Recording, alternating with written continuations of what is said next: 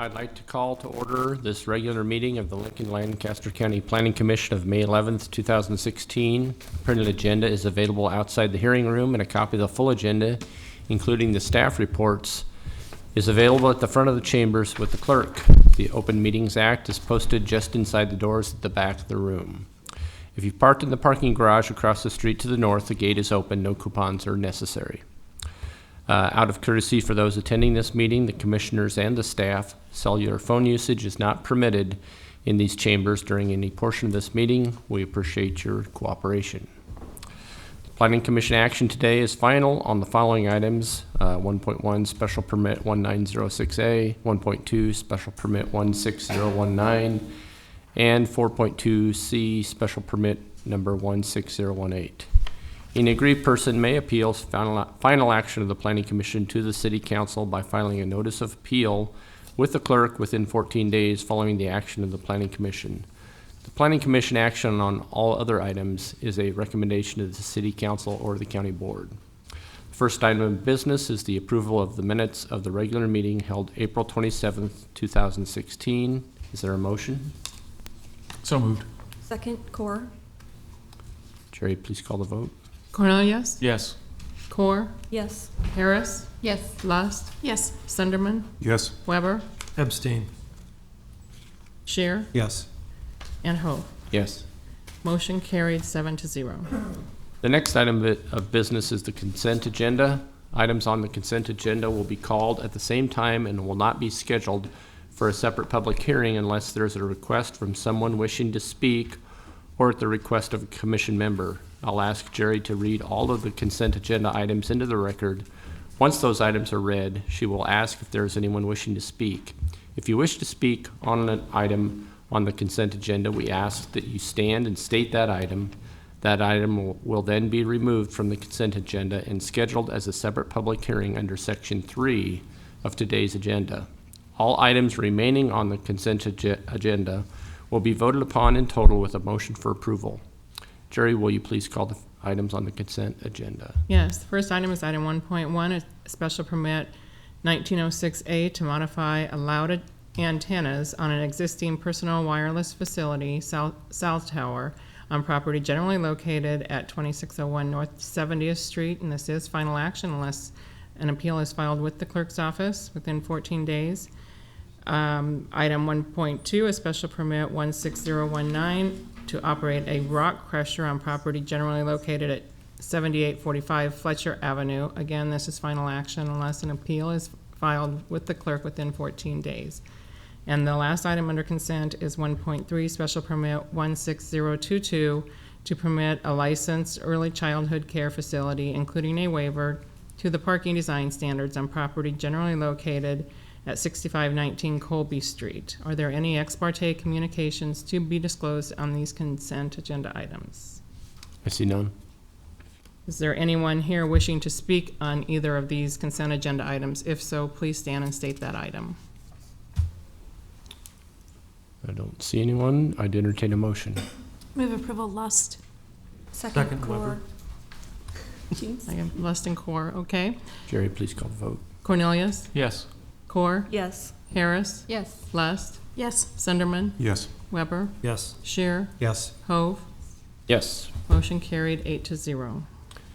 I'll now ask Jerry to call any requests for deferral received from the applicant prior to this meeting.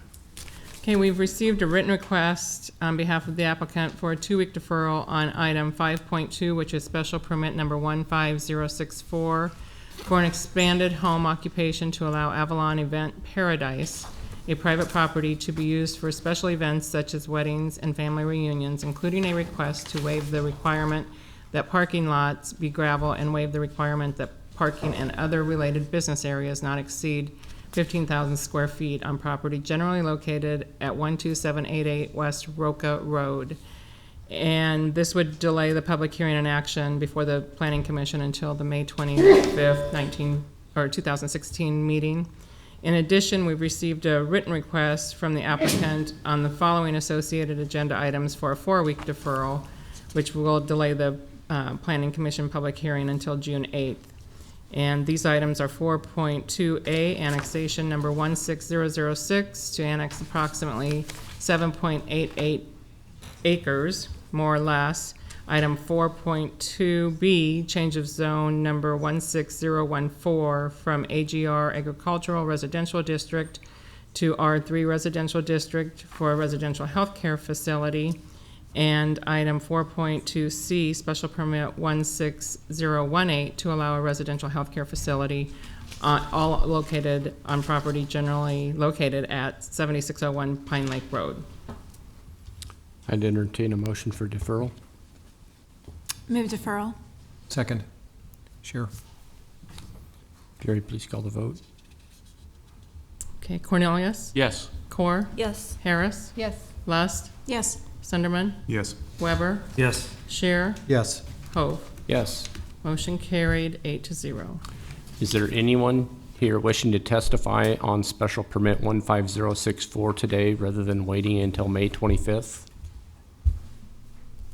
Okay, is there anyone wishing to testify on annexation number 16006, change of zone 16014, and special permit number 16018 today rather than waiting until June 8th? Doesn't seem like anyone, so we will now proceed to public hearings. The staff will make a brief presentation. The applicant will then be requested to present his or her testimony, followed by those who wish to testify in support, followed by those who wish to testify in opposition. The staff will then be given an opportunity to respond to the testimony, and then the applicant shall have an opportunity for rebuttal. Each person testifying should state their name and address and shall have 5 minutes to speak unless additional time is requested and granted. The timer will go off after 4 minutes, then you will have 1 minute to wrap up your testimony. Planning Commission will vote immediately at the close of public hearing unless Commission votes to defer action or continue the public hearing. Jerry, please call the first public hearing item. Okay, under comprehensive plan with related items, I need to note that Commissioner Scheer has declared a conflict of interest on all 3 of these items. First item being item 4.1A, comprehensive plan conformance number 16003 to review the proposed University Place South redevelopment plan as to conformance with the 2040 Lincoln-Lancaster County Comprehensive Plan.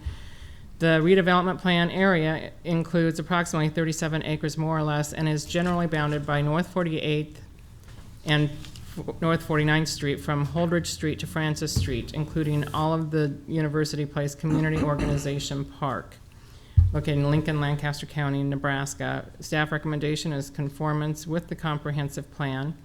Item 4.1B is change of zone number 16016 from B1 Local Business District, H2 Highway District, and O2 Suburban Office District to B3 Planned Unit Development Commercial Business District, including waivers for storm water detention, building height, setback, and screening and landscaping requirements on property generally located at 48th and Holdridge Street. Staff recommendation is for conditional approval.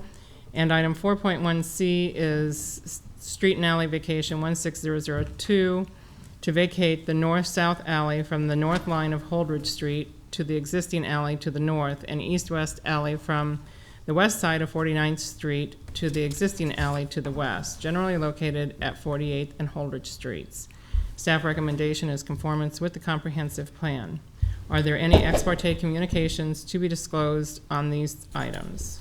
I have one, Jerry. I attended the developer's open house on Tuesday, March 1st. Okay, thank you. Any others? Nope. David? Thank you, Mr. Chair. We are the applicant as the Urban Development Department for one of the 3 items that are with you today. One, we are the applicant for the plan and its approval and the finding of conformance. The alley vacation and the PUD are the work of the developer.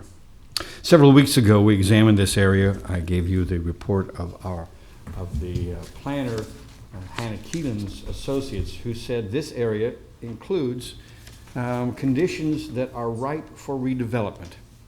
And this commission, in its wisdom, agreed that this was ripe for redevelopment and the use of incentives by the city, if necessary, to accomplish that fact. Yesterday, the City Council agreed with you and ruled unanimously as well that this was a blighted and substandard area. Today, the question is whether or not the plan, which is occasioned by this development, is in conformance with the comprehensive plan of the city. We argue that it is. Normally, you would see us here with a specific project like this, and it would come to you in the form of an amendment to an existing plan, because we have those plans in most of the, well, we have them in all of the TIF districts in which we apply for these kinds of projects. But this is in a new area that you've just declared, the city council's just declared a blighted and substandard area. And for that reason, we need to create a plan for the area, which we have. And when we have a specific project, that plan needs to be embedded into the plan. So we normally do an amendment to an existing plan. Today, we collapse those in one. So it is not only this plan, which is a recitation, according to what state law would require, of existing conditions.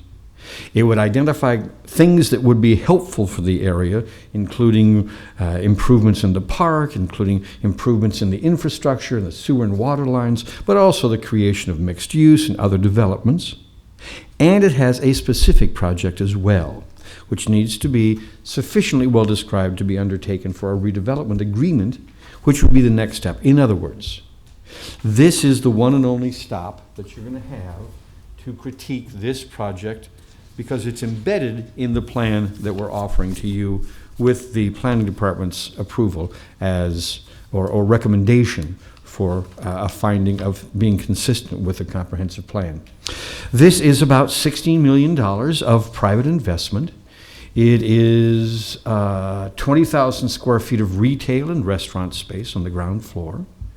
It's approximately 98 market rate residential units on upper 4 floors. The project faces 48th Street. Behind it are garages and landscaping, so it abuts the property line as we like in developments of this kind. It contains 190 parking spaces, sufficient for the standards that we have in this size. There is no set of design standards like we have downtown that apply here. However, if you were to get out the downtown design standards and look at this project, you'd find a huge overlap. For example, on the first floor, there is the transparency elements that you want to make something walkable and pleasant, something that makes the pedestrian feel safe, for example. And that's being honored in this case. Also, high-end materials up to 20 feet, and so that you are surrounded aesthetically by high-end building materials in the most prominent areas of the structure. The developers here, it replaces the old Tasty Inn and the QP store, and I think the Coast to Coast store, as I recall, in that area. Those were the conditions that we are alleviating by this project, and this project is probably the rationale for why the underlying plan is being brought to you. It's because we want to do this that, in fact, the developer's gone out and done the work to do the findings of blight and substandard conditions that would allow the city to assist in this. We do anticipate assisting with TIF funds of about $1.7 million. The relationship of private dollars to public dollars, $1 of private dollar, $1 of public dollar to $9.8 of private investment. We think it's consistent with the comprehensive plan in a number of ways, and the staff reports that. And I think I've beat the 5 minutes. I hope so. You have. Are there questions? I have one. For David? Do you know? As part of a redevelopment plan, are we allowed to include design standards as part of that plan? I mean, you mentioned there were no design standards, and I'm glad that it's a beautiful building, but are we allowed to require this type of design standards in a plan like this? I've got maybe some advice over here. I don't think you're authorized to create design standards per se. That, I think, would be a city council function. However, when given a project, I think you can say that our approval is conditional on X. And if X wound up being design standards, I'm going to guess that you would be able to condition your approval on the performance of the developer to do things that you wanted them to do. And with that, I shall look over to the third base coach and Justice Carrie concurs with that opinion. Other questions? Thanks, David. Thank you. I have one, does this go before urban design, or? Yes. It does. And by the way, it would be important to remember that when there is a TIF project in which the city participates in that way, we require any such proposal to go to the Urban Design Committee. So this will follow that path. Thank you. Thank you.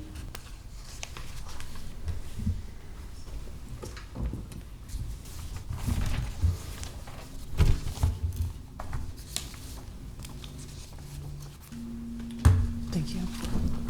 While Tom's completing that, can I just say, this in fact has gone to the Urban Design Committee, and the Urban Design Committee did approve of it, just so you know. Thank you.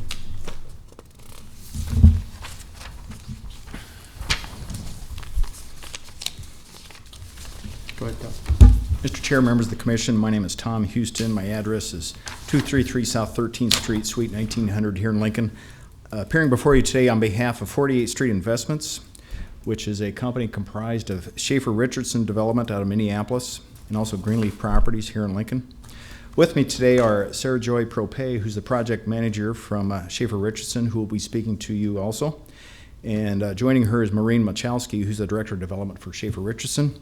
Don Linscott from Greenleaf Properties is also here, as is Tim Gergen from Clark Anderson, who is a project engineer for this important project in North 48th Street. The three items in front of you, Director Landis has accurately described the redevelopment plan that really follows up and is the second step in the redevelopment process, following up on the blight designation approved by the City Council yesterday for the 37 acres. The question before you today in connection with the redevelopment plan is whether that plan itself is consistent with the comprehensive plan as it exists in the City of Lincoln. And the comprehensive plan, as recited in the staff report, cites probably 7 or 8 different instances where this project and this plan is consistent with the comprehensive plan. First, this project will use existing infrastructure to a large degree. It doesn't require additional investment by the city. In fact, it requires no investment by the city. This project and this plan will incentivize a mixed-use development at the corner of 48th and Holdridge Street. This plan and this project also will identify a new use for an underutilized piece of property. This project and this plan will also increase density, residential and commercial density at this site. And this project and this plan will increase density in conjunction with making sure that the project is compatible with the adjoining neighborhood. The second item in front of you is really the change of zone. The existing zoning on this property is a combination of the B1, H2, and O2 zoning districts, which is kind of a mishmash, obviously, of a zoning classification. We are seeking a change of zone to the B3 PUD, which is really necessary to facilitate a mixed-use project of this nature. As Dave mentioned, this is a market rate project containing approximately 100 dwelling units and approximately $25,000 of retail. On the overhead, I have a site plan that I wanted to walk you through.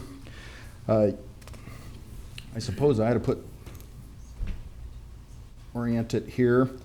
The 48th Street is on the west side of the property, Holdridge Street here, North 49th Street on the east side of the property, and Aylesworth on the north. The building footprint itself, as would otherwise be required by the downtown design standards, has been oriented to the front right-of-way of North 48th Street.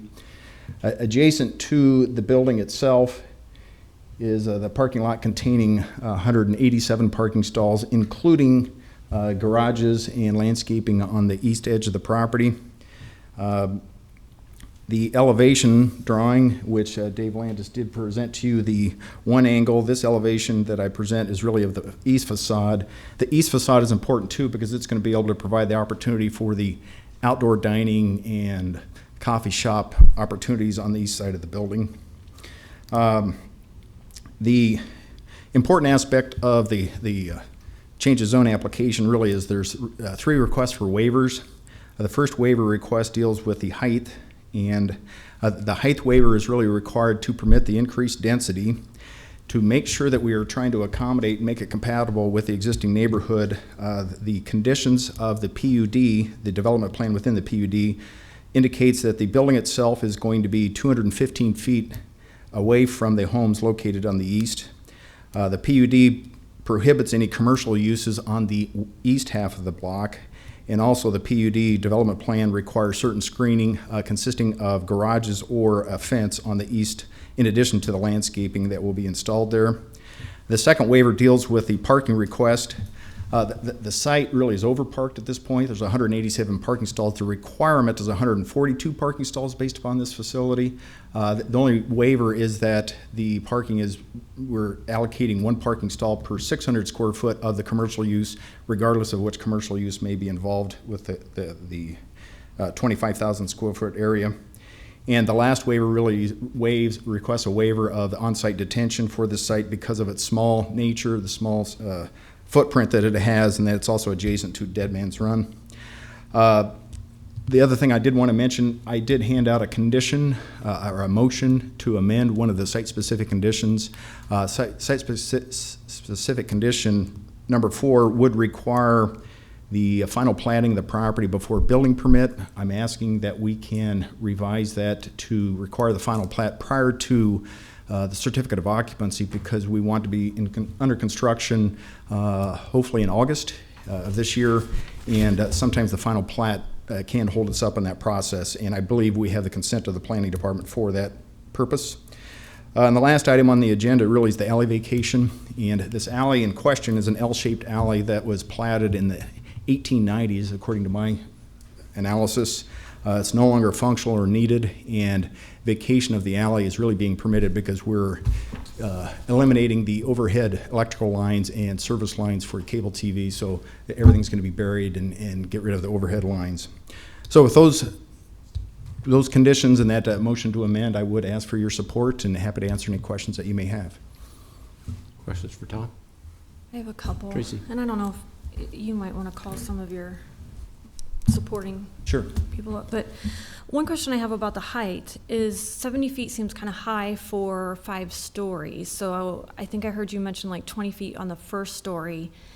But so is it really going to, how high do you think it's going to be? The definition of the height really depends upon the parapet wall that's also required to shield and screen any of the mechanical equipment up on the top floor. I think the building itself will be right at the 68 to 70 foot height. And that first floor will have higher ceilings, but for this type of high-rise construction, you are required to have those types of spans to accommodate HVAC, et cetera. So if we put the picture back up on the screen there, leave it up there. This one? Yeah. I just needed it to come back up. So the dark section on the very top of the roof, Yes. those are apartments up there, correct? Correct. And then maybe, I'm guessing here, but kind of this that's empty, is that where those like air conditioning units and stuff are going to be? I think there's a possibility for an outdoor patio up on the roof of those ends of those roofs, but there will be mechanical equipment up on the top of the dark The area. very, very top? Right. Okay. There's a little bit of talk in here about replacing a storm drain pipe to kind of enable to allow that waiver for the storm drainage. Yeah, Is that, that's typical. It's okay? a typical requirement. Is that going to be, here's my concern. I know that one of the conditions of being blighted was that some of the water mains and the sewer mains underneath there were dilapidated and needed to be repaired or replaced, I should say replaced. Is that going to fix that? I mean, because my concern is we just said blighted, but if we don't fix that, then this doesn't take I care will of the bring blight. Tim Gergen up to assist me in this, but yes, we're not having to repair or replace any of the sanitary sewer, but this storm sewer improvement required by the site-specific condition is going to be required to enable this project to comply with the storm sewer requirements. But I will defer to Tim specifically on that question. Yes, we worked with the water department on our water taps. The water mains in 48th Street, which we'll be utilizing, were fairly new within the last 10 years. The sanitary sewer is within this lifetime of its expectancy. The storm sewer, which is the condition of approval, was in order to help our storm sewer drainage system, we had to have a lot of the building storm sewer go to a storm sewer system in 48th Street instead of the one in Aylesworth. And at that point, we had to change our pipe size and condition, our pipe material to meet the city standards. And so we had no problem with that condition. So really for this portion of the blighted area, there really wasn't any bad pipes in this portion of the, Not in this block, correct. okay. Thank you. You bet. Other questions? And then I would bring Sarah Joy Propay up to introduce you to Schaefer Richardson. Great. Good afternoon. As Tom said, my name is Sarah Joy Propay, and I'm a project manager with Schaefer Richardson. I live at 464 Dayton Avenue in St. Paul, Minnesota. Thank you very much for having us here today. We're excited to be here in the Lincoln market. This is a new market for us, but we have a long-term relationship with Don Linscott of Greenleaf Properties. Our owner and principal, Brad Schaefer, has known Don for over 20 years at this point, so we're excited to be coming in and partnering with him. A little bit about Schaefer Richardson. We were established in 1995, so we have over a 20-year track record at this point, and our development team has over 100 years of experience combined. We manage a mix of office, commercial, and multifamily properties in the upper Midwest, and this includes over 1,000 units of multifamily housing that we've developed over the past 20 years. And this ranges from anything from condos to historic rehab, some affordable housing, and market rate and mixed use projects as well. We also own and manage 1.7 million square feet of commercial and retail space in the Twin Cities. And we currently have 245 units under construction in Rochester and the city of Minneapolis as well. I think one of the things that I've really enjoyed with working with Schaefer Richardson is that we have a very positive reputation in the communities that we work in, because we think that it's very important to engage the local residents in the process. And to that end, here we've already had the neighborhood open house where we invited University Place and East Campus and some of the business associations in the area to come and take a look at the project and ask us any questions that they might have. So we're really excited to be here and be a part of this, and we think it's a great opportunity and a good market. And that's all I have. If you have questions about Schaefer Richardson, you can feel free to. Any questions for Sarah? Yes, I don't ma'am. have any questions about Schaefer Richardson, but I have another question about the building. So I know that you're having the glass fronts on the 48th Street, and then they're kind of also on the backside too. So when there's a store or a coffee shop or something in there, is it the same one all the way through, or is it half on one side and half on the other? I think it would be our intention to have it the same one all the way They kind of through. have two fronts. Correct. Anything else? Thanks, Sarah. Okay, thank you. Is there anyone here wishing to testify in support of this item? Is there anyone here wishing to testify in opposition to this item? Do we have any questions for staff? Oh, we had some We opposition. had some Oh, I'm opposition. I'm sorry. Please come forward. I'm Chuck Early, and this is Nancy Early, my wife, and we live at 5219 Garland Street. And from what I've gathered from the project, it's too big for the area. We've got rentals in the Uni Place neighborhood, and I've actually got 3 lots that I'm ready to build apartments on when I feel that there's enough need for them. We rent 100% students. And I just think when you suck the life out of the rentals in a heavily rental neighborhood, such as a college neighborhood, you're gonna suck the life out of the neighborhood, because when the rentals go, the neighborhoods go. So I'm up here to protect the rentals, or at least express The my neighborhood, concern. yeah. I also have a concern about the B3 rating, zoning on this. I'm not sure it conforms with the B3. The height is higher than 45 feet maximum if you're not adjacent to or button to the R residential areas. And I have an old zoning book. I mean, on the B3s, it said the floor plan of the building not to be any more than, not to divulge the store, the sales and the office space shall not exceed 4,000 square feet, which a two-bedroom apartment is about 1,000 square foot. So the second and third story should not exceed over 4,000 square feet. And we're going, I don't know how much, but at least a minimum of 60,000 square feet on top of that the retail down below. So I have a concern about that. I think that it's going to add congestion in the area. The parking, I thought probably about 220 would be what they would come up with. It looks like it's 187 plus some garages. I don't really know how much parking a retail should have, but it looks like it's going to work out around 800 square feet, one stall. We just have a lot of concern about it. I think it's just going to overbuild the apartments in the area, and I don't think it's going to be beneficial to the neighborhood. But our view may be a little different than the neighborhood association. I'm not sure, but we live in the neighborhood, and we didn't know anything about this until I seen it in the paper. And it really bothered us because we live in University Place. We own 9 lots in that area. We do have apartments, but we have smaller apartments, right.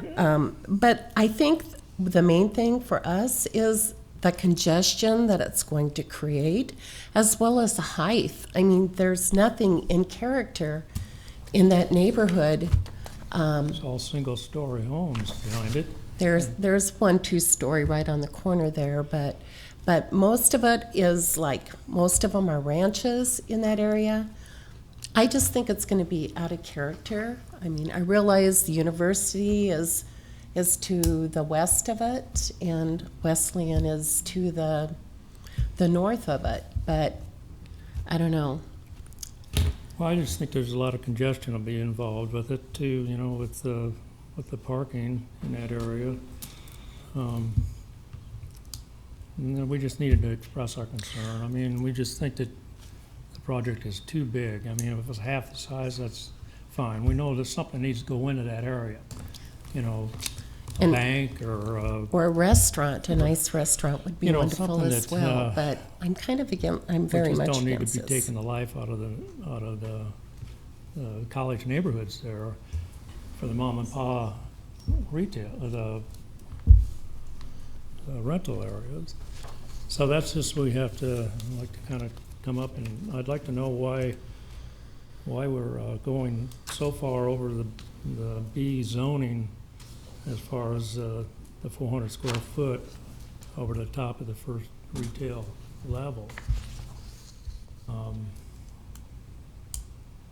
Valentino's did something similar to this in front of the East Campus. That's I believe that's 3-story. So they got 2 stories of apartments, I think, above the retail. But that's more in character with that neighborhood right in there. It's all 2-story houses Yeah. around there. I mean, if you look around those houses, like that area, it kind of fits in. But over here, you would look at it, and this would be a monstrosity. So, And I know at one point, University Place had issued something saying that the city, any new structures or any new building needed to be compatible with the neighborhood. I don't feel that this structure would be compatible with the neighborhood because of its height and the increased And congestion. it's Our 5 offset. minutes is up, right? very close to the street, too. Yeah, it's very close to the street. What's going to happen with all the congestion there? I'm afraid that somebody will run into that building. Well, thank you for hearing us out. Thank you very much. Thank you. How close do you live to this corner? Pardon me? How far away do you live from this We corner? live at 52nd and Garland. But Garland runs along the Okay, north so side of so the is park. it the rentals that you have that are close?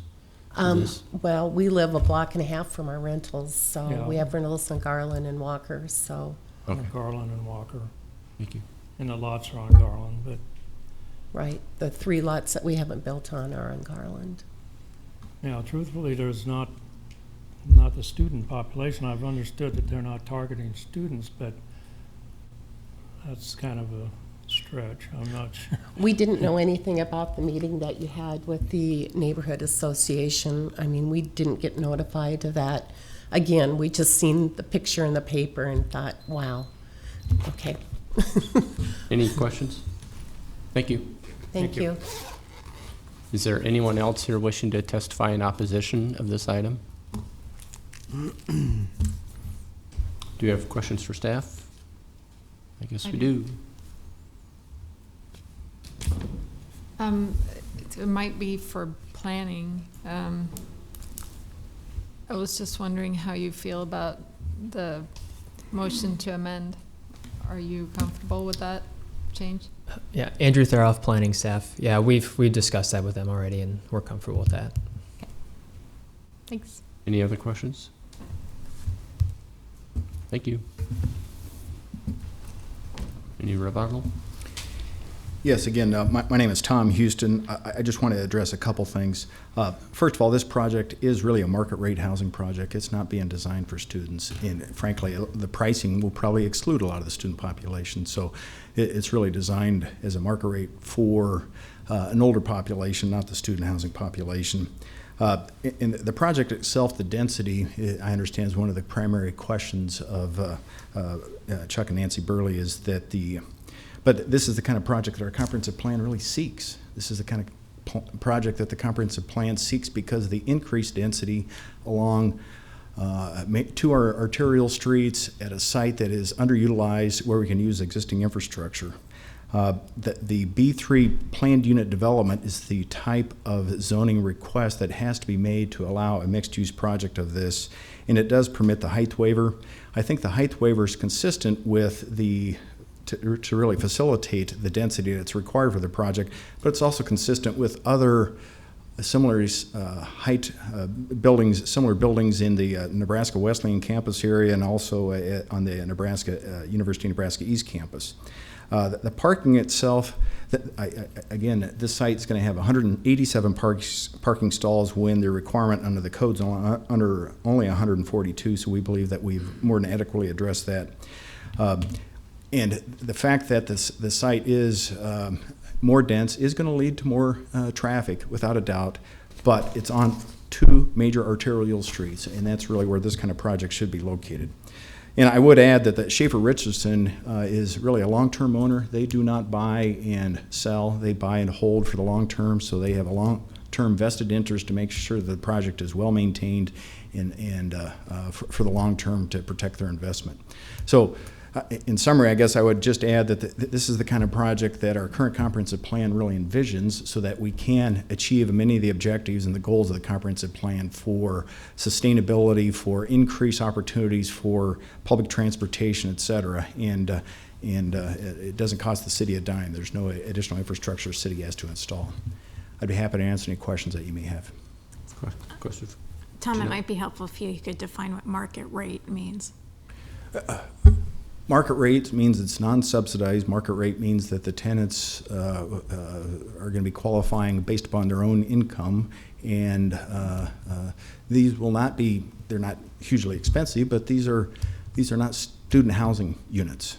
They're not configured. It's a combination of single family, or not single family, 1-bedroom studio in a small smattering of 2-bedroom units.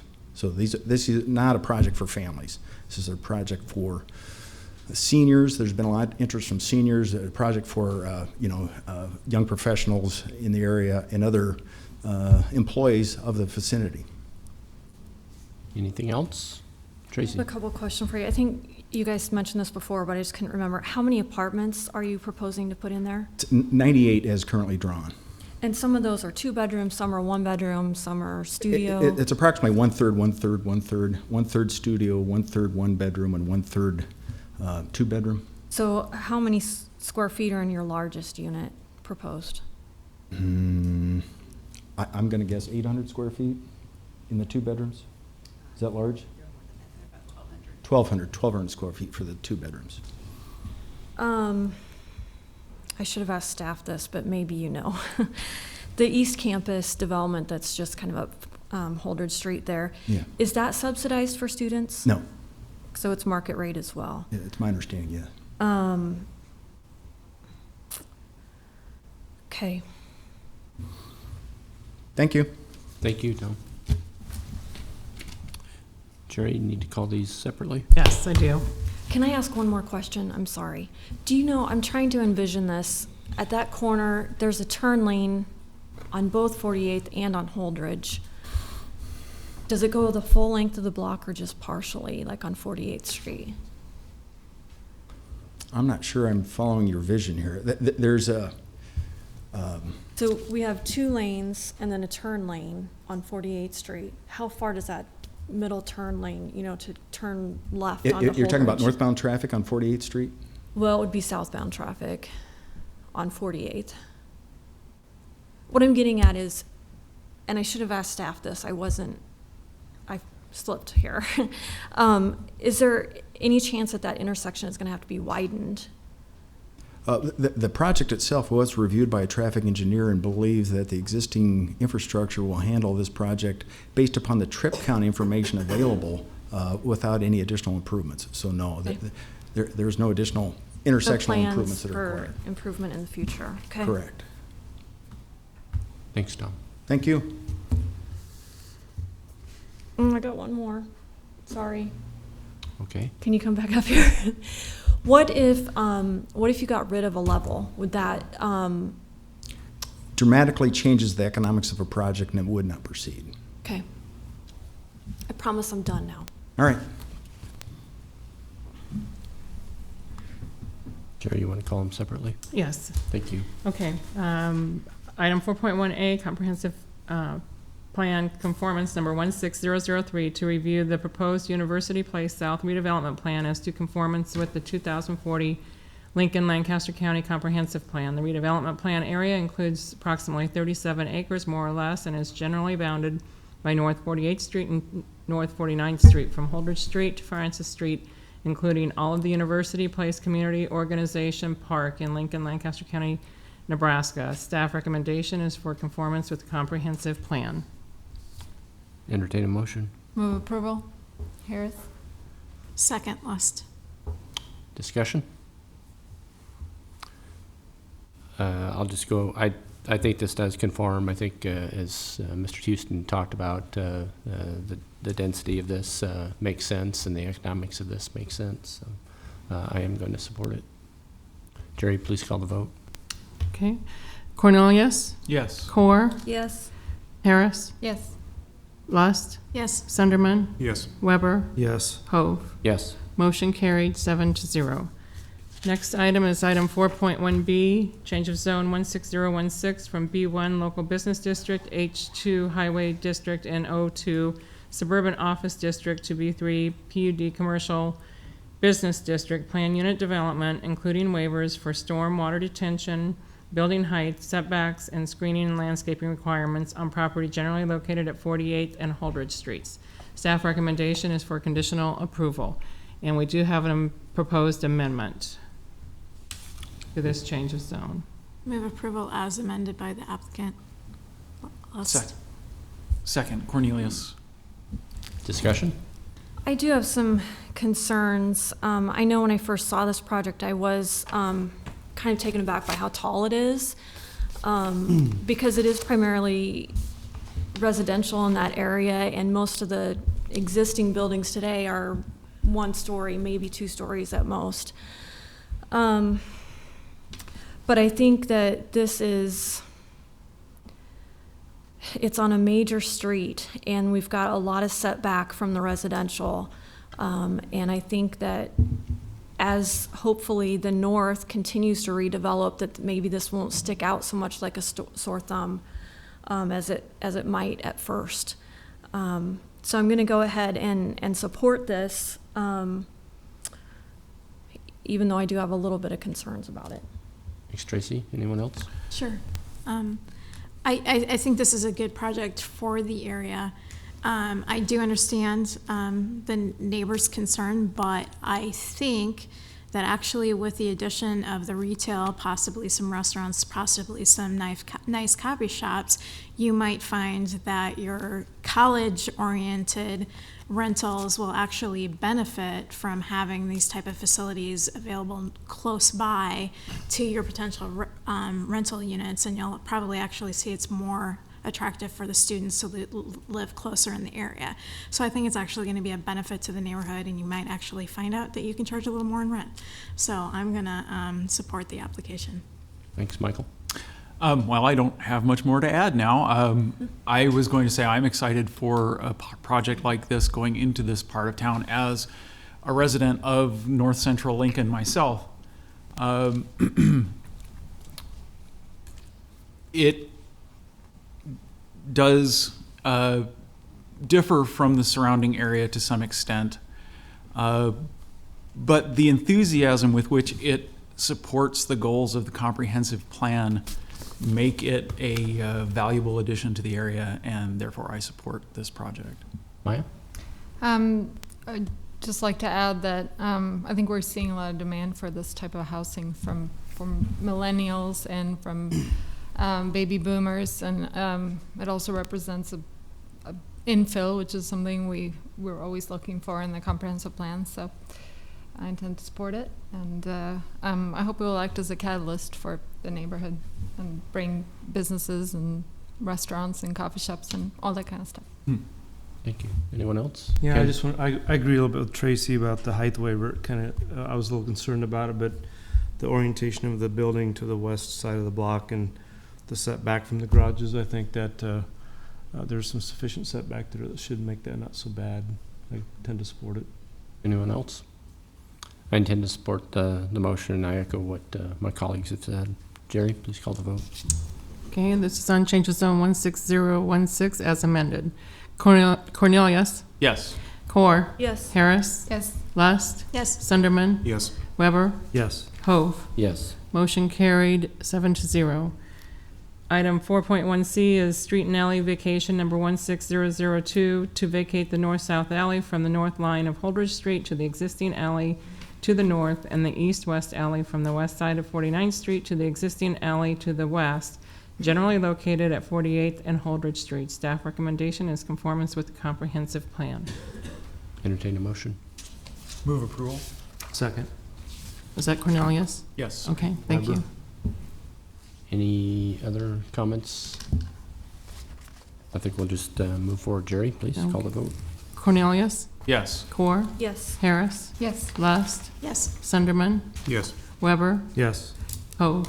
Yes. Motion carried 7-0. We'll get Dennis. Thanks. Okay, items 4.2A, 4.2B, and 4.2C have been deferred until the June 8th Planning Commission meeting for public hearing and action. The next item is item 4.3, changes zone number 16015 from B1 Local Business District to B2 Planned Neighborhood Business District on property generally located at 1404 Superior Street. Staff recommendation is for approval. Are there any ex parte communications to be disclosed on this application? I see none. Good afternoon, Brian Will, Planning Department. And on the overhead, the property we're talking about today is this dashed line surrounding the Walgreens property northeast of the intersection of Superior Street and North 14th. And the request is a change of zone from B1 to B2. I noted in the staff report that previous years that there had been prior attempts to change zoning on this property to either G1, which is sort of the B1 equivalent prior to 79, or to a B zoning district. And those were defeated until 1998, when this property, the Walgreens site, was acquired as part of the larger property here, which includes the library, and then the park. And then in conjunction with that acquisition by the city, then this property was rezoned to B1. So I went back through the record, and really my question was, why B1 zoning at the time? And the reason I mentioned that is, if you look right across the street here, the shopping center, which also has a pharmacy drugstore located in it right across the street, is zone B2, and it was converted to B2 zoning at the time the zoning ordinance was adopted in 1979. However, I can't give you an explanation of why this site was zoned B1.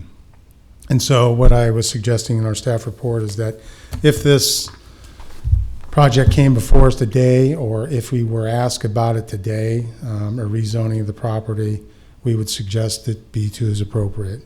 As we look at this area, it more reflects what we see in suburban development at the newer edges of the city, as opposed to B1 zoning, which we find in most of the older districts around the city, for example, College View or Bethany, Havelock, University Place, those alike. So we find the B2 zoning is more appropriate and more compatible at this location. Also find that the site was developed consistent with the B2 zoning requirements. Now I'd note that, and I noted in the staff report, in the applicant's letter, they're essentially seeking this change of zone to facilitate the sale of alcohol. We're not considering this, whether it's a question of sale of alcohol, we're considering this as a question of appropriateness of a change of zone from B1 to B2. And so we find that B2 zoning is appropriate, and we are recommending excuse me, approval of this request. So with that, I'd have any questions you might have. Questions for Brian? I have one. Brian, I'm getting a little old, so my memory's starting to fail me, but was Walgreens initially in that development to the south that is B2 right now, or has that always been something else? I think it's always been something else. There was an Osco there at one time. I can't go back too much further myself, but I don't believe that there was a Walgreens on the south Okay, side. I couldn't remember for sure. Thank you. Yeah. Anything else? Thanks, Brian. Okay. Applicant?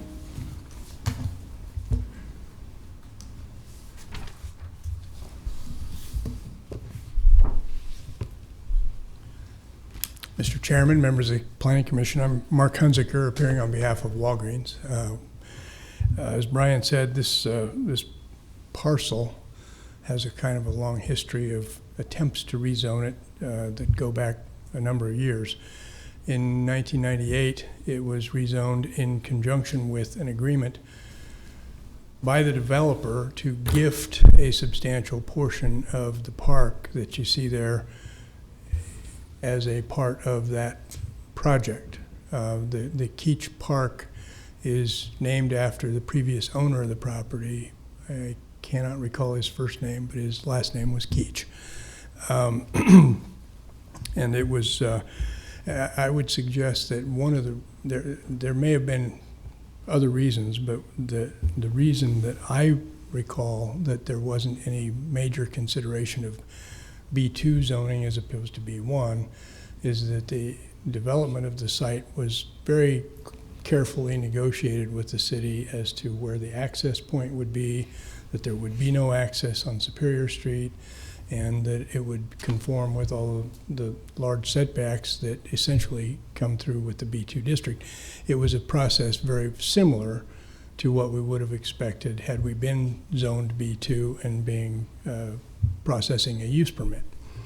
As Brian said, we're not hiding the fact that we would like to sell alcohol at this site, but at the time, it would have been simple to have negotiated something just this much different if we had had the current rules in place that we do today, because it would have been, I think we're like 3 feet away from being in conformance on the east side and just a short distance on the north side. And so it would have been simple to have changed those things had those rules been in place, but they weren't.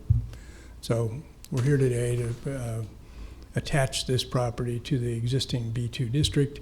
I think it is an appropriate district for this property, and we'd ask you to approve it. And try to answer any questions you may have. Mr. Hunziker? Marcus, how many of the Walgreens properties in town are already selling alcohol with basically no concerns? I don't know how many there are. I can tell you there are 3 that don't sell alcohol. Okay. And for reasons that they can't. And that's And the rest and there probably are no do. problems that I'm aware of. I mean, I think there's been no problem with grocery stores or convenience stores or other kinds of stores that previously could not under Lincoln's historic separate and distinct requirements. And once those went away, I think we found out that, you know, people don't immediately become irresponsible just because of the being able to pick up a bag of potato chips at the same time they buy alcohol. Anyone else? Thanks, Mark. Thank you. Is there anyone here wishing to testify in support of this item? Is there anyone here wishing to testify in opposition to this item? Do we have any questions for staff? I do have 1 or 2. 10, just kidding. Brian, do you know, so in this section south of here, that's zone B2, can any of those stores in there sell alcohol, or is that too close? Yes, no, they do. The south side of Superior, you're talking about the B2 Center, right? They meet the requirements. I know at least 1 does. There may be more, but it's conditional, so it doesn't come before staff or this body. So yes, so I know there are alcohol sales there. Okay, thank you. Anything else? Thanks, Brian. Mark, do you have anything else? I'd entertain a motion. Move approval, Lust. Second, Cornelius. Discussion? I think normally there's some concern when we locate a facility that can sell alcohol so close to a park or a school or residences, but when I'm looking at this, along with the staff report that says, you know, if we were looking at this today, we would do it B2, and there's B2 right to the south. It makes sense to kind of match them up, and alcohol's already being sold right to the south, so I don't think we're going to see much of a difference by changing this to B2 and allowing alcohol to be sold there. I agree with Tracy. I think it's pretty straightforward and makes sense for the business. Jerry, please call the vote. Cornelius? Yes. Core? Yes. Harris? Yes. Lust? Sunderman? Yes. Weber? Yes. Scheer? Yes. Hope? Yes. Motion carried 8-0. Okay, next item is under change of zone, item 5.1, change of zone number 16010 from R4 residential district to B3 commercial district on property generally located at 2201 South 17th Street. Staff recommendation is conditional approval subject to a conditional zoning agreement. Are there any ex parte communications to be disclosed on this application? I see none. Tom? Tom Chaka, planning staff. This request is for a change of zone from R4 to B3 on property located at 2201 South 17th Street.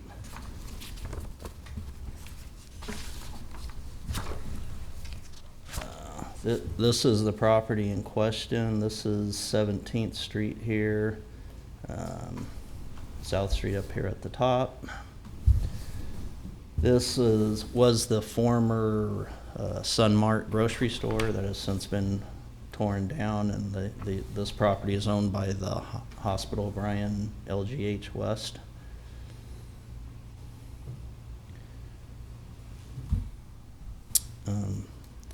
This site has a building here with parking along 17th Street. Until recently, the building was being leased from the county by Family Lutheran Services. Currently, there's a special permit on the property for non-residential health care that Family Lutheran Services was operating under. They have since left. They have a new building now at 23rd and O Street that they relocated to.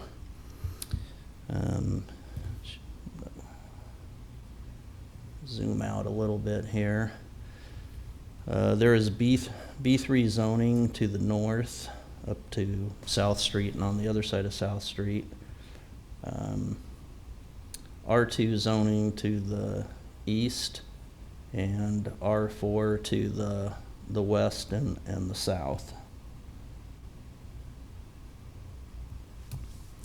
The R4 zoning that's to the west and the south is mainly taken up by the hospital. Hospitals, healthcare facilities are allowed in residential districts by special permit.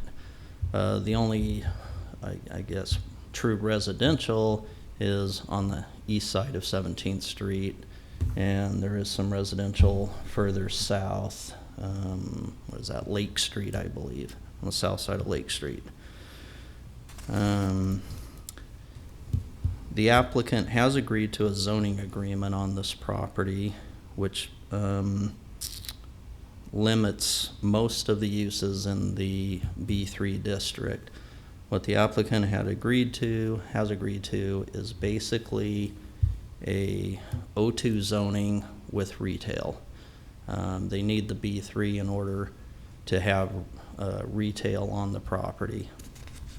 So basically the zoning agreement would allow retail. And just for clarification, the way our zoning code is written, retail would not include auto sales, on or off sale alcohol, car washes, car repairs, that type of thing, because all of those have a distinct separate category in our use districts in the zoning code.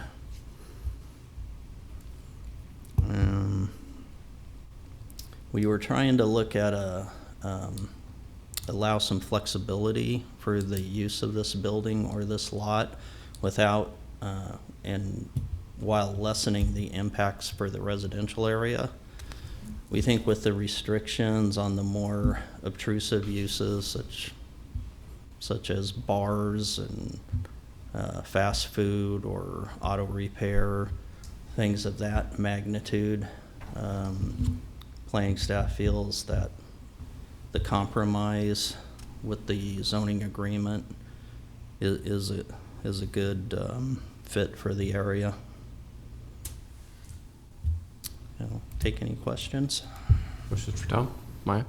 Could you please talk a little bit about screening requirements for B3 as it relates to the residences that would be looking over to the site? There is a requirement for screening when commercial is adjacent to residential, but we don't consider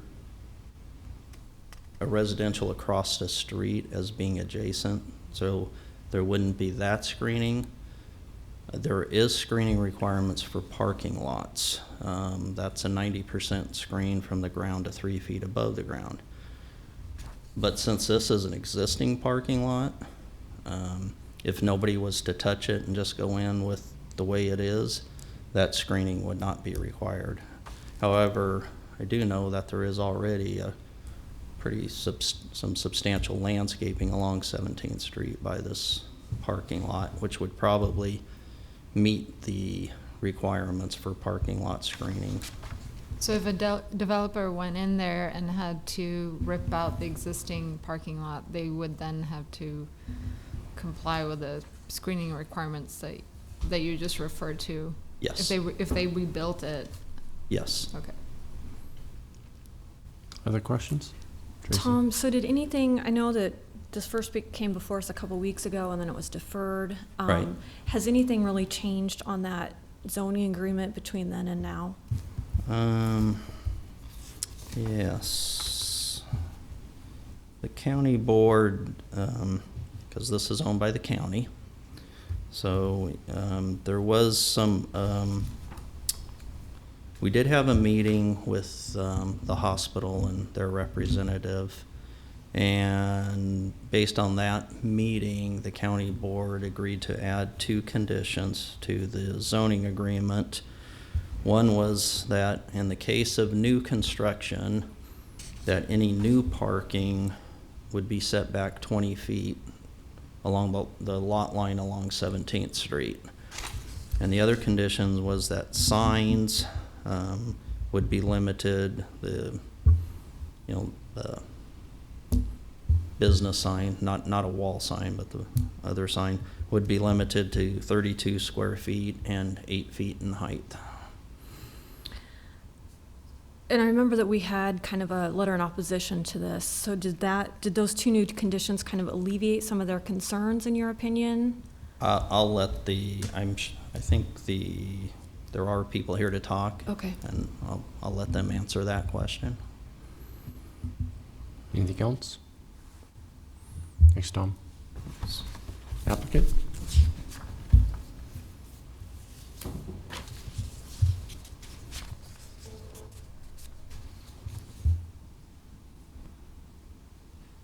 Don Killeen, County Property Management, here in support of the change to a B3 zone. The primary reason for the county's request for B3 zoning is to ensure that the future owner of the building that exists there already can utilize the building in the manner that it was designed and utilized by the county and Lutheran Family Services over the last 20 years.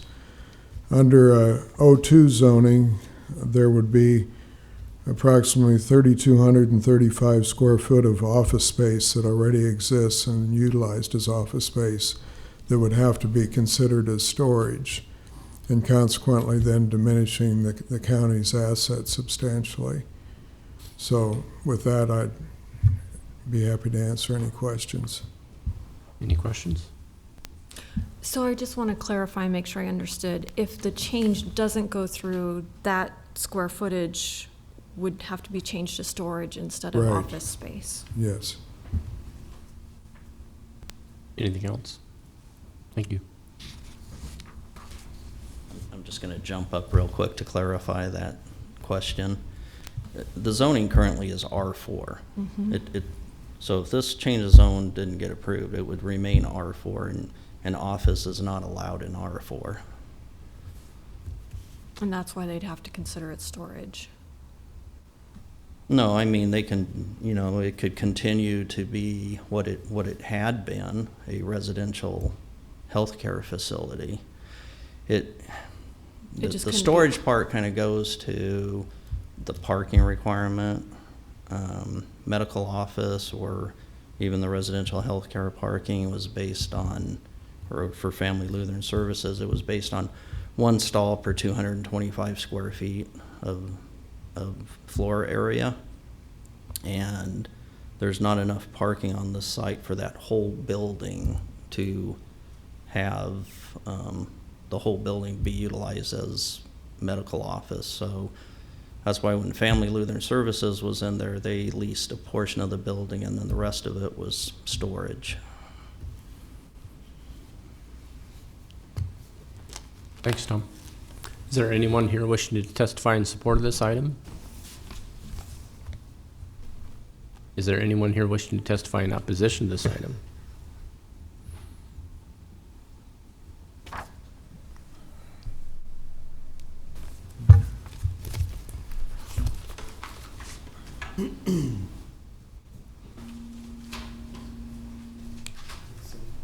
Yeah, I'll take one too, there's enough.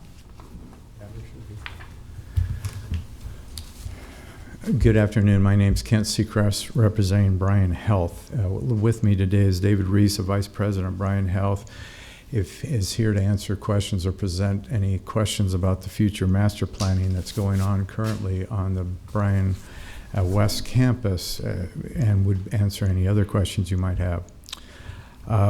This is not a normal application or request. In fact, in my 35 years, this is one of the more unique fact patterns and requests I've been associated with and studied, and there's some information that I think we need to express and get to. So as a result, I would ask for additional time. And I know that's not what you want to hear, but I will go as quickly as possible through this. You might have read in the newspaper and the staff report that Lancaster County is interested in selling what I call the Lancaster County Health Department building, which has been recently used for the Crisis Center and the Lutheran Family Services. Unlike you and me, we get to sell property many different ways, but the county unfortunately only gets one way, and that's through an appraisal process, hold an auction, highest bidder. If it's substantially below fair market value, then they can negotiate. So it's a very rigid situation that they find themselves in, that we normally don't have to find this type of process for selling a building. To help the appraisal process and to help sell the building and get good sales proceeds for the county is seeking to rezone the property, but it's a zone that does not require any additional review, such as a special permit or a use permit. So any of those important details that determine negative impacts to the neighbors cannot be determined. In fact, we don't know what the use is. So that's part of the wild card here. Planning has recommended approval of this with conditions, and normally you would think county, good people, good organization. Our planning department is recommending approval. This should be, kind of a, let's get it stamped and move on to the next agenda item. But there are some situations here that I think is important to point out. One of them is Brian is opposed to this rezoning request because we don't know what the next user would be. And this zone is one of what we call kind of go get a permit at the building and safety department. You don't need any site review. We don't know what the uses could be. And that's concerning us as what the next user could look like. While we want to point out that we think the county has a self-interest in the rezoning to help improve the resale, I want to be the first to admit we have self-interests. So in fact, we have two. Our first one is we want to buy the property. And we want to buy the property with zones and reasonable zoning, and we will pay fair market value. But we don't want a zone that is unusual and not appropriate, because that could distort the market. Our second self-interest is if we're not the highest bidder at the auction, we have to live with whoever comes in, and the zone allows some uses to come in that I don't think are, in our opinion, are in our best interest to preserve what I call one of the four major health campuses in our community that has to go forward, nor is it good for the Irvingdale neighborhood. Here's the complexity, one of the first ones. The county, as a governmental entity, has been exempt from zoning. This used to be the county health department, so it had medical services, immunizations, clinics, and provided medical services. So they didn't have to follow zoning, and when it was built, it didn't meet the parking requirements. It got more complicated in 2007, and this is the first map I've given you. I'll put it on the board.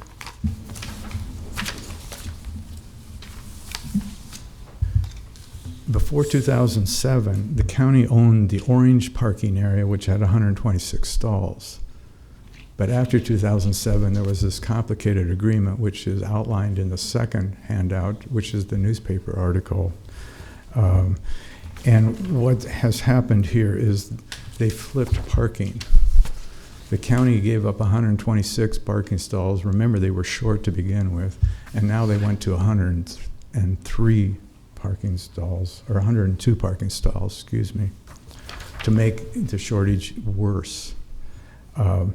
Now, the county had good reasons to do this in 2007. They wanted a bunch of important services, health services delivered by Brian to the jail inmates, to the crisis center, and general assistance patients. But instead of using all cash to pay Brian, they decided, let's flip the real estate and give Brian the parking, and we would have to be able to go even shorter. But you got to remember, they didn't have to comply with the zoning ordinance because they're a governmental entity.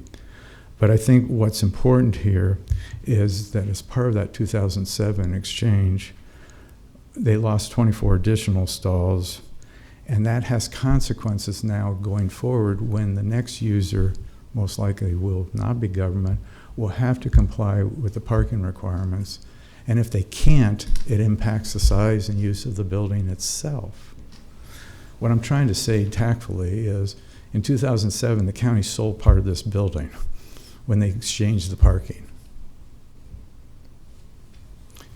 And so it's now they're coming in with a zone, trying to put the parking back, which then puts the building size back into a potential play for the next user. And I don't think that's appropriate or good planning along the way. Another unique fact pattern, we have probably the best planning department in the state. Super professionals, very good, hardworking, try to balance what I call applicants, developers' interests, along with the neighborhood and the general public's interests. Do a great job. But this county application puts the planning department in a really, really tough spot. Why? Well, they're called the Lancaster County City Planning Department. The county board is involved in the hiring and firing of the director. Some of the key budget aspects of the department comes through the county. Basically, the planning department is reporting to the county as well as the city council. That puts them in extremely difficult. My heart goes out to them, because here they are asking to do their job, but it's not the normal job they get to do, because when they stand up normally and give you recommendations normally, they have no skin in the game. You know, they're free. But and this was admitted to us last week in the meeting. The planning department admitted they were in a very difficult spot here. When informed of this and when we had the meeting last week, the planning department did not realize what I call the 2007 complex swap agreement for services for parking. And so I don't think the planning department even knew the shortfall was there, and it got worse because the county chose to do the 2007. I have another handout, which is probably a more complicated chart. And what this is trying, and bear with me, what this is trying to do is give you the three choices that I think are the most obvious. The first column shows the R4. That's what's zoned today. And it does allow medical office buildings because it's part of the special permit process that can be allowed to have this type of use. So it's allowed medical office, but it's not allowed to have any other type of office at the moment. So it couldn't have an insurance company or a call center or something of that nature. The next choice is what we call the O2, which is an office zone. And then the third column shows you what the county is asking for, and that's the B3 request.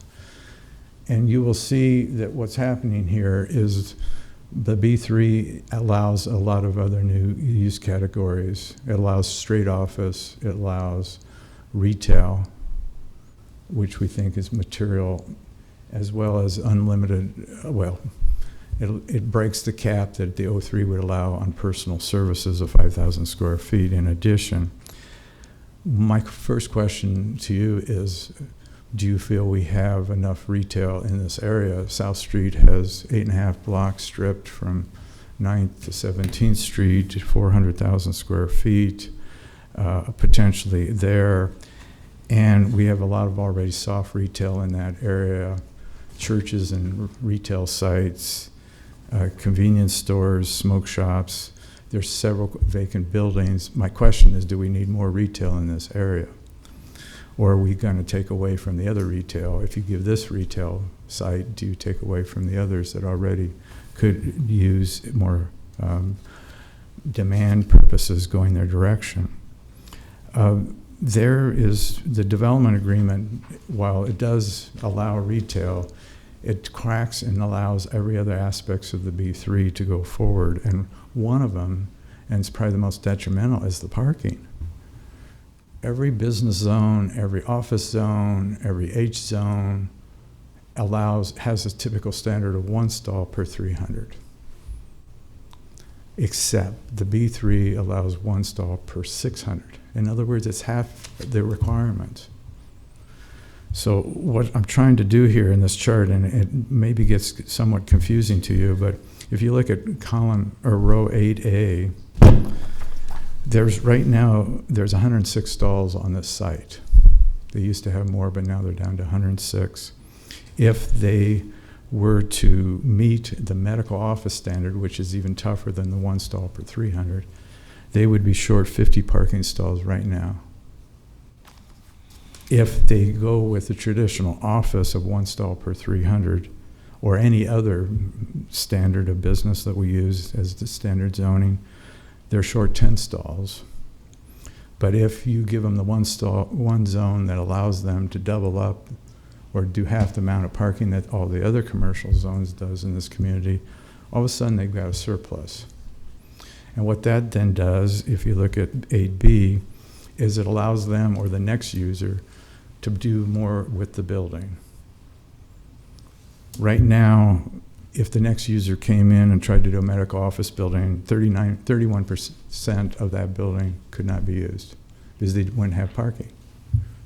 If it was a straight office building, they'd lose 9.5% or 9.2% of the building to go forward with.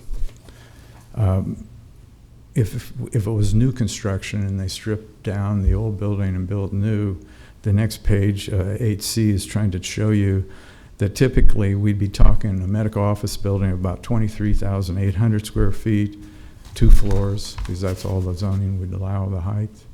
The office zone would allow the 2 floors at about 31,000 square feet, which is pretty similar to what it is today, while this special B3 zone allows them to probably go 60,000 square feet or double up. Why can they double up? Because they only have to do half the parking along the way. There's other things in here. Row 13, normally most zones would allow 40-foot front rear yard setbacks against non-residential. This one's 0. The height, again, this is an important one from the neighbor's point of view, is this can be 4 stories under the proposed requested zone, while the other zones that would be more natural in this area would be more like 25 feet or 2 stories in height. The other point that I'm heading towards the finish line here, is I'm asking you to look at this as an independent perspective and not rely on the planning department's recommendation. And that's, the campus that we're trying to do, and you can see the odd shape of the county's lot. Not only did they used to have a kind of a normal shape before 2007, but they chose to reshape it, and it's a very unusual shape. I'm asking you to look at the picture and start, what is the proper zoning of the 3? Status quo and wait for the next user to come in and maybe change the zone. Go with O2, which is our request, along with, or status quo, or give the county the B3. I think you start with a picture and you look at that building in the background and say, does that look like a retail office, retail to you? It looks pretty much like an office building. You look at the comprehensive plan.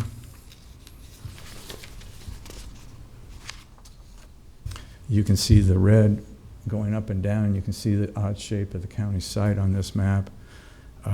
Normally, when you have one retail site and a residence, you usually do an office zone in between. You don't take a business zone and then put another business zone and go into residential as a general rule of planning.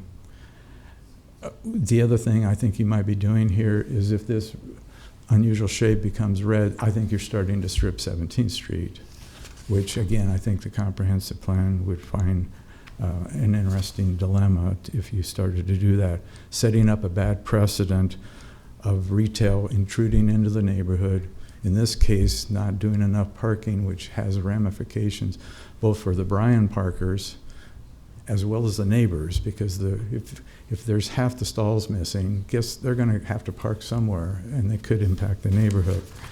I could cite lots of comprehensive plan goals to you about the need to protect the existing older neighborhoods, noise, lighting, traffic, but you've heard enough already. And there's the goal of trying to preserve a quality healthcare delivery system, and we think that this hurts us to deliver the future best use of the campus for healthcare delivery services into the future.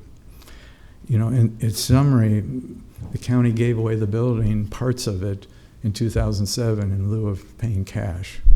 And now this zone, if you gave it to them, would put it back, which causes ramifications for parking and other aspects of setbacks not being as great, taller buildings that have impact against with the neighborhood. We've talked about the three choices. We've told you our opinions on this. We like the first two, status quo, let the new user come in and talk about what they want to do, or go with the O3 zoning.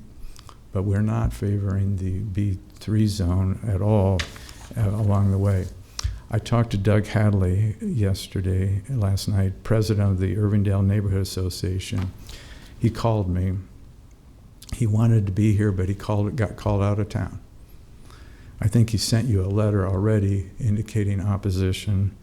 And he said, what are you going to say? And I outlined this to him. And he says, tell the Planning Commission ditto. They wrote in their letter, you know, they're worried about the increased noise, traffic, et cetera, and the loss of property value. And they too would recommend denial.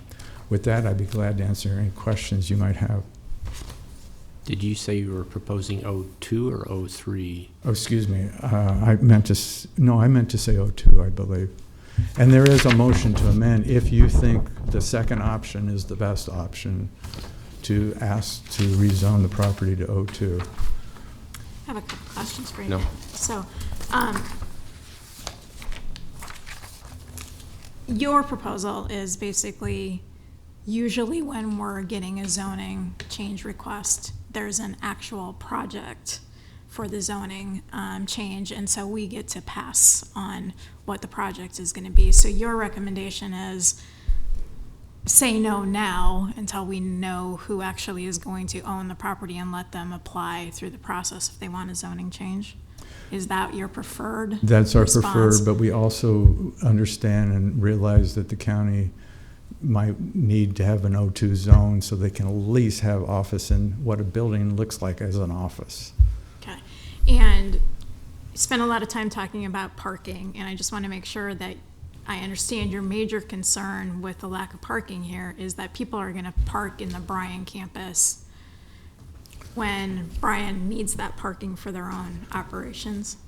Yes, that plus they'll also start parking in the neighborhood. That reduces property value, that can cause more blight conditions, which is not in Bryan's best interest to have a blighted neighborhood next to us. And your concern with the potential height is what? You just don't think it'll look right in the neighborhood, or? Well, I'm all for height as long as you have a parking. Okay.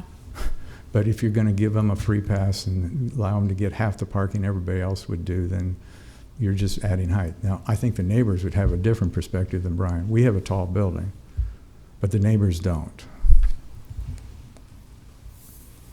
Anything else? Do you know the age of that building?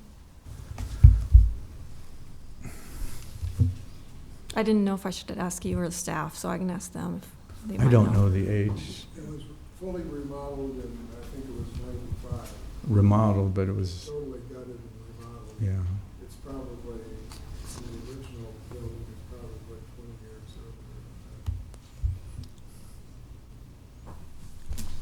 old. You don't think the zoning agreement the potential zoning agreement takes care of any It of your takes, concern? used car lots and those handful of really obnoxious uses, but it leaves retail. Retail, porno shops can fall into retail, tobacco can fall into retail, There's just a lot of 24-hour uses can fall under retail. Drive-throughs for retail are permitted. So no, we met and we gave our concerns, and we appreciate the two new conditions, but that just bumps the meter a little bit of what should have happened here. Maya? I was going to ask something similar. So is it fair to say that you're saying that the B3 with O2 uses takes care of some of the problems you see with uses, but it doesn't address parking height? The O2 would allow office, and as well as the medical office. So that makes sense to us that looks like an office building. The B3, though, goes a step further and allows a retail, and we don't think that's appropriate or needed or is too intense for both the Irvingdale neighborhood as well as trying to put that into the campus itself. Isn't your solution, though, Kent, just to play devil's advocate for Please. a moment, just be the highest bidder? I mean, make sure you buy the property. Well, that is a fair statement, but we also want to be sure two things. What if we're not the highest bidder? You know, somebody might be able to, we have fiduciary duties and money is given to us in trust and all sorts of ways that we just can't go bid above fair market value. And so somebody could outbid us easily and go beyond fair market value for reasons that is in their ability to make it work, but not ours. But, you know, somebody that may be skeptical of what you're saying could say that you're trying to keep fair market value at a lower level than what is really fair market value if the county got what they wanted. Yeah, and what's interesting here is realistically, the county hasn't had any zoning because they haven't had to live with any. Your job, I think, is to decide what does that property look and feel like to you in the way of a zone. Does it look like purely medical office? That's be number one option. Does it look like medical office or regular office? That's the O2. Or do you want to go with retail and, by the way, whack down the parking so that even office under B3 could double up in size if they decide to scrape it? I'm going to play devil's advocate just a little bit farther. Please. So say that Brian doesn't win the bid for the property, but someone that would be compatible with Brian uses wins the property. If we left the R4 on there, would Brian be opposed to having a parking agreement with someone that complemented their business? Well, as you can maybe appreciate, we've got to be sure we meet our own parking needs first. We do not want to be a bad neighbor to Irvingdale and the South neighborhood, near South neighborhood. So too many businesses have not done a good job meeting parking, and so Brian's goal is, number one, be sure we get the parking on site. And medical parking is the most intense standard. So there's turnover, a lot of turnover, and we just got to be sure we hit that. If we had excess parking, you know, David could address this better than I, but we just knocked down the grocery store. It wasn't because we don't like grocery stores. It's because someday there could be a better medical service needs for that site. And so what we might have parking today, but tomorrow with another intense need of this community to provide health care, we wouldn't. So I don't think that agreement, if we did it, would probably be as long-term as that new developer might like, because we'd have to reserve to protect our interests and serve the community's health needs. So right now you do have some excess parking because of what happened on the corner, but you're not sure that will last. Hello there. My name's David Reese, Vice President of Clinical and Support Services. I've been at Bryan 19 years, and it depends on how you describe parking. There's different levels of parking, patient parking, employee parking, and the like. We expanded the parking out in that north area for parking lot for our employees because we were having constraints with our parking. Do we have excess today in some of the key areas for some of our employee parking? We do, but patient parking, it ebbs and flows. And the concern from our standpoint is we're in the process of developing a master facility plan for the next 5 to 10 years. And as the city continues to grow, our services are growing. We've been extremely busy at all of our facilities. And so we have to find ways to continue to grow and provide great services here in our community for the healthcare of our community. So from that perspective, today we may have some access, but we've got to continue to look for the future so we don't have that extreme impact on the neighborhood. That's, our key all along, is trying to do the things properly and plan it out right so we don't impact the neighbors as best we can. Does that answer your question? Thank you. Any other questions? Thank you very much. Thank you. Is there anyone else here wishing to testify in opposition to this item? Do we have questions for staff? I do. Okay.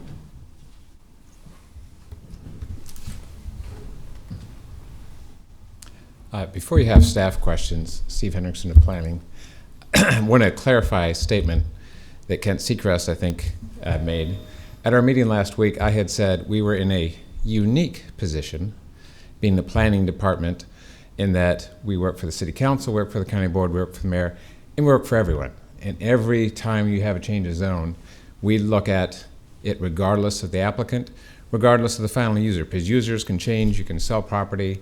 And so even though you all were appointed by the city council and the county board, we know you will do the same as us, is that we will look at the facts here in terms of what is the property, what are the unique characteristics of the site, and what is appropriate, and rather who we work for or who you are appointed by is relevant. Thanks. And can I, while you're up here? Sure. Isn't it more typical, though, that we would at least know who the potential applicant or the potential user is going to be before we would change a zone, instead of changing a zone in advance of a potential auction? Yes. Typically you would, because you might have in front of you the buyer who has already got some kind of an option on it, because the seller had the ability to sit and work with various potential buyers. You can have the applicant explain it in this case, but the property owner in this case does not have legally the ability to just sit and pick and choose. They're going to have to go through a process, and so what they're trying to say is they think there are some other uses that are appropriate for the site. For instance, they think a pharmacy might be a very good fit here next to the campus. You have to take into account this site is blocked from 16th Street by a bunch of Bryan property. It's been cleared recently, but at some point in the future could have a 5 or 6 story medical office building built to the north of them that would block the view. But they still feel like there's some other uses, like a pharmacy, that might be complementary to the site. And so they want to be able to show to potential buyers who ultimately bid on this what might be some uses that you could use, because it's not going to be in a circumstance where a potential buyer will be coming back through the process. It is going to be sold at bid, and certainly the county could explain that process better than I could.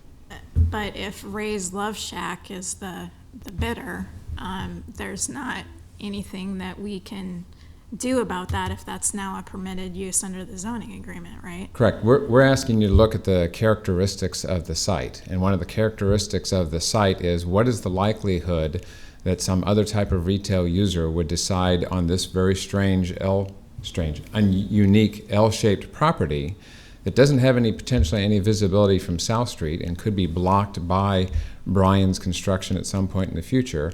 What is the likelihood that some other retail user would decide to risk it on this site, even though they would have no visibility whatsoever from South Street? And so that's what we had to take into account when we were making our analysis of what was appropriate here, and why we recommended basically O2 zoning with a few very limited other uses, or in other words, B2 allowing only O2 but with a few other uses on it, because we could think of some other appropriate retail uses that might be complementary in this site, and thought it was fairly unlikely for a lot of the other uses to want to locate here given the site characteristics. And a pharmacy is not allowed in O2? Correct. A pharmacy of a 15,000 square feet, for instance, which is a typical CVS or a Walgreens, would not be allowed in the O2. Any other questions? Anything from you, Tom? Okay. Well, actually, there was one thing I wanted to clarify. Mr. Seacrest had said that the B3, that there would be no rear yard setback would be 0. There is, in the zoning code, it says if you're abutting a residential district, the rear yard setback is 30 feet. And even though it's a hospital, it is zoned residential, so there would be a 30-foot rear yard setback. Thank you. Tom, no feedback from the neighbors? We had a meeting, a neighborhood meeting. We sent out, I think, somewhere around 20 to 25 letters to property owners on the east side of 17th from, let's see, we went from Ryan's to Lake Street and from 17th over to 18th Street. One property owner showed up.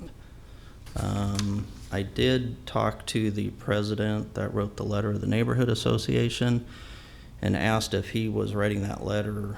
Was that letter on behalf of himself personally or on behalf of the board or the neighborhood or what? He said that that letter was on behalf of the neighborhood board.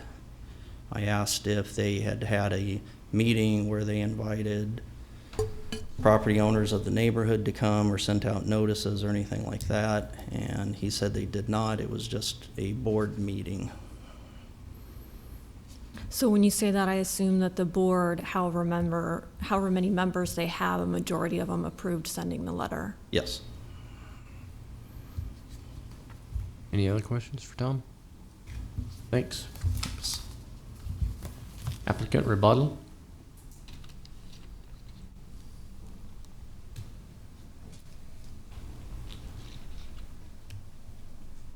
Dave Durbin, Deputy County Attorney, County Attorney's Office. I believe that Mr. Killeen will have some other comments, but I just want to address a narrow issue that was raised regarding the 2007 contract.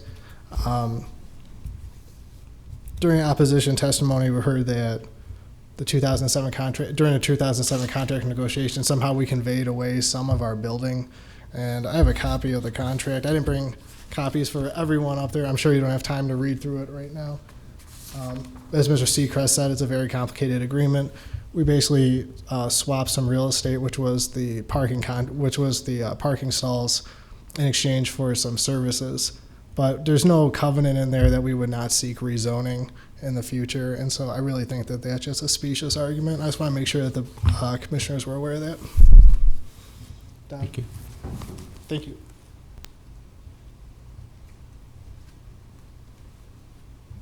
Just to clarify one additional point on that zoning exchange, my recollection was the hospital approached the county on switching the parking.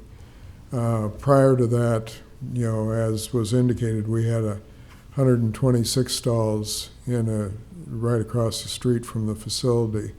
So with that offset of fees, I believe the purpose at that time was to compensate for the cost of the parking stalls themselves, not the diminished cost of the structure. So kind of two different animals there. I'm going to ask my question again just to make sure we get it on the record. Can you tell me again how old the building is? I believe it was built that it was built about 20 years before the remodel. And when did you say the remodeling happened? Approximately 95.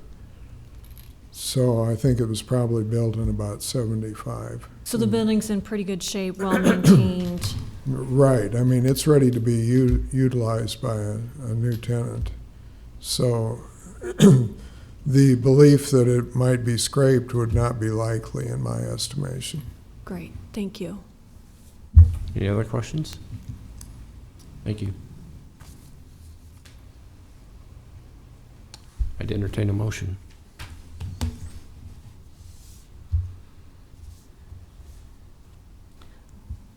I'm going to make a motion to deny. I'll second. Discussion?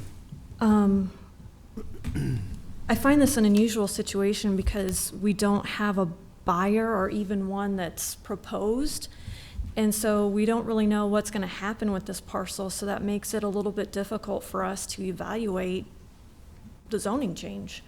I think it's more appropriate to let the new owner, whenever that's decided, pursue a zoning change if that's necessary at that time for whatever they want to use this building and property for. So that's why I made my motion. Thank you. Janelle, you want to? I seconded it primarily so we could start discussion. I might, you know, this is a really tough one because I understand the position of both parties, but I really, for me, it just turns on, it's difficult for me to approve a zoning change without having some idea about what's going in there. I actually might be more comfortable with the middle ground of the O2 suburban office district, because I think that gives the county a little bit more flexibility, but doesn't allow some of the permitted uses that still may be a little bit objectionable in the area. Michael. I agree with you, Janelle, with everything you've said. What I kind of am hearing here is two things. This rezoning from R4 to O2, the hypothetical, the amended approach, is a resolution of a conflict that exists. We've got an office building in an R4 district. The B3 application sounds to me, I mean, if an owner came before us and said, I own some property and I'd like to rezone it with the opposition of the neighbors in order to maximize the value for sale, we would very likely say no.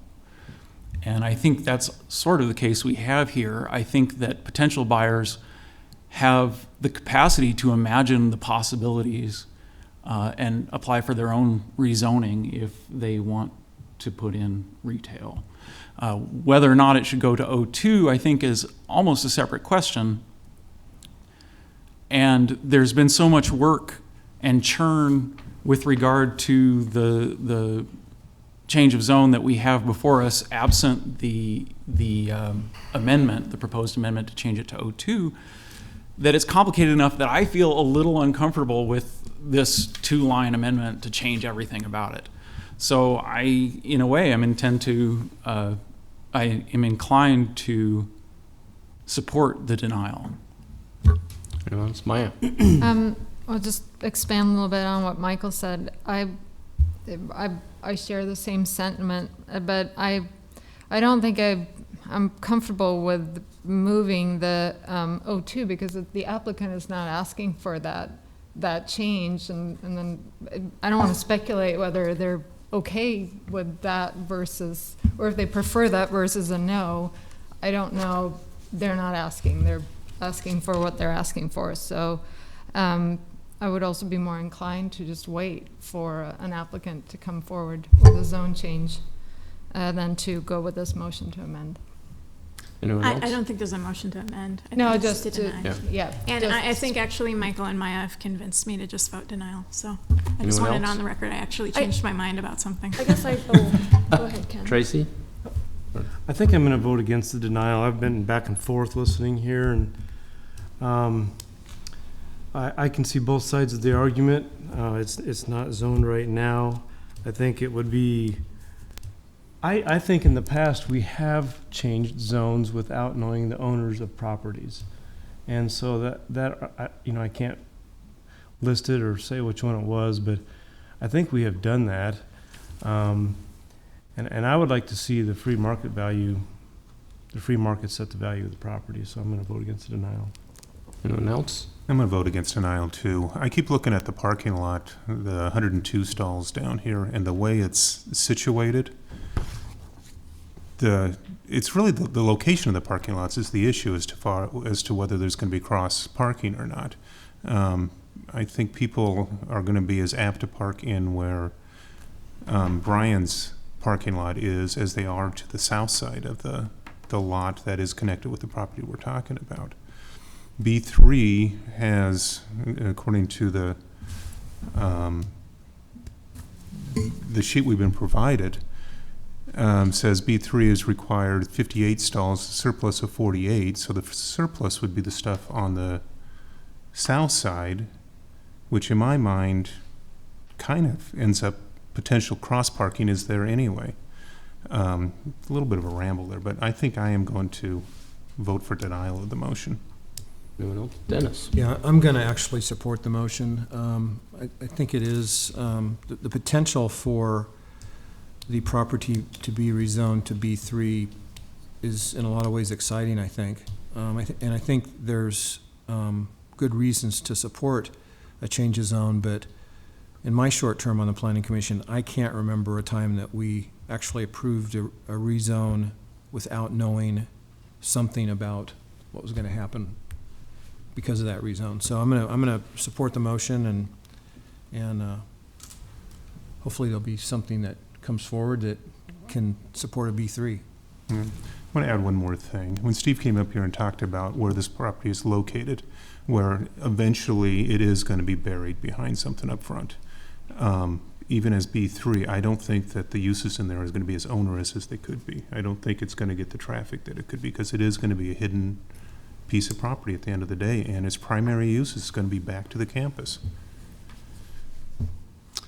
I get the last word. I'm going to support the denial. I think this is a very unique property. It's surrounded on three sides by the same people, and as Michael said, if all those folks didn't want the same thing in the middle, something in the middle, they would, we would deny that. And for that, we need to have a say-so in who goes in there. So, Jerry, please call the vote.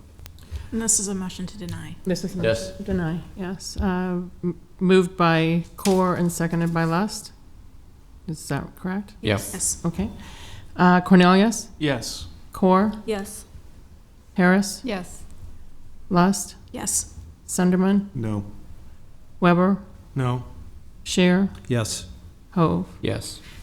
Motion carried. I believe the last item was deferred. Last item was deferred until, special permit 15064 until May 25th. At this time, anyone wishing to speak on an item not on the agenda may do so. We're adjourned.